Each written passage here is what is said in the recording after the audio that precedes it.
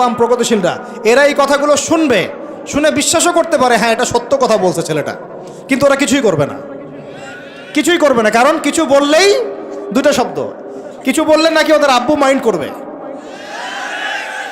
আব্বু চিনেন তো? আব্বু হচ্ছে কে? আমেরিকা। হ্যাঁ, কিছু বললে কে মাইন্ড করবে? আবার কিছু বললে আম্মু, আম্মু নাকি বকা দিবে। আম্মু চিনেন? আম্মু কে? না, আম্মু হচ্ছে ভারত। ওদের চিন্তাটা এরকম, কিছু বলবো না, বলা যাবে না, কিছু করা যাবে না, সংস্কার করা যাবে না, কিছু বললে আব্বু মাইন্ড করবে। আব্বু কারা? পশ্চিমারা। আব্বু কারা? পশ্চিমারা। আবার এখন বলছে কিছু বললে আম্মু মাইন্ড করবে, আম্মু বকা দিবে। হ্যাঁ, আপনারা কেন মব সন্ত্রাস করতেছেন, মবক্রেসি করতেছেন? আসলো না কিছু কথা কয়দিন আগে? কিছু বললেই মানে হুজুররা কিছু বললেই ভারত চেতে যাবে, ভারতের মিডিয়াতে তোলপাড় হবে। হ্যাঁ, বাকি আপনারা যদি আন্দোলন করেন, সংগ্রাম করেন, অভ্যুত্থান ঘটান, তাহলে কোনো সমস্যা নাই, হুজুররা বললেই সমস্যা। এটার কারণ একটাই, এই পৃথিবী দুই ভাগে ভাগ হয়ে গেছে, মনে রাখবেন। এই পৃথিবী দুইটা শিবিরে ভাগ হয়ে গেছে, সামনে আরও যাবে।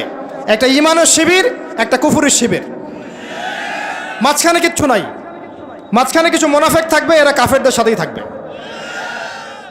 আপনারা এই হাদিসটাও পড়বেন, শেষ জামানে যখন দাজ্জাল বের হবে, মদিনার উপকূলে সে পৌঁছাবে, দূর থেকে দেখে বলবে যে ওইটা আহমদের মসজিদ সাল্লাল্লাহু আলাইহি ওয়াসাল্লাম। আহমদ মানে কে? মুহাম্মদ সাল্লাল্লাহু আলাইহি ওয়াসাল্লাম। তো সে ওখানে যেতে পারবে না, ফেরেশতারা দাঁড়িয়ে থাকবে খোলা তরোয়াল নিয়ে, পাহারা দিবে। তো সেখানে সে আঘাত করবে আর কি, এটা ভূমিকম্প হবে। তো ওই ভূমিকম্প যখন হবে, ওই ভূমিকম্পতে মদিনার মধ্যে থাকা যত মুনাফিক এগুলো বের হয়ে দাজ্জালের বাহিনীতে যোগ দিবে। মানে পৃথিবীর শিবির আস্তে আস্তে দুই ভাগ হয়ে যাবেই, ঈমানের শিবির এবং কুফুরের শিবির। মাঝখানে কোনো আর দল থাকবে না, কিছু মুনাফিক থাকবে, এরা কাফেরদের সাথেই যুক্ত হবেই শেষমেশ। কথা হচ্ছে ভাই, মূল কথা একটাই, এই যে অর্থনৈতিক সংস্কারের কথা বললাম আর শিক্ষা সংস্কারের কয়েকটা উদাহরণ দিলাম, শিক্ষার এই দৈন্যতা, দুরবস্থা, 20টা বছর 30টা বছর আপনার জীবন থেকে কেড়ে নেওয়া হলো একটা চাকরির সুড়সুড়ি দিয়ে। একটা শিক্ষিত হবেন,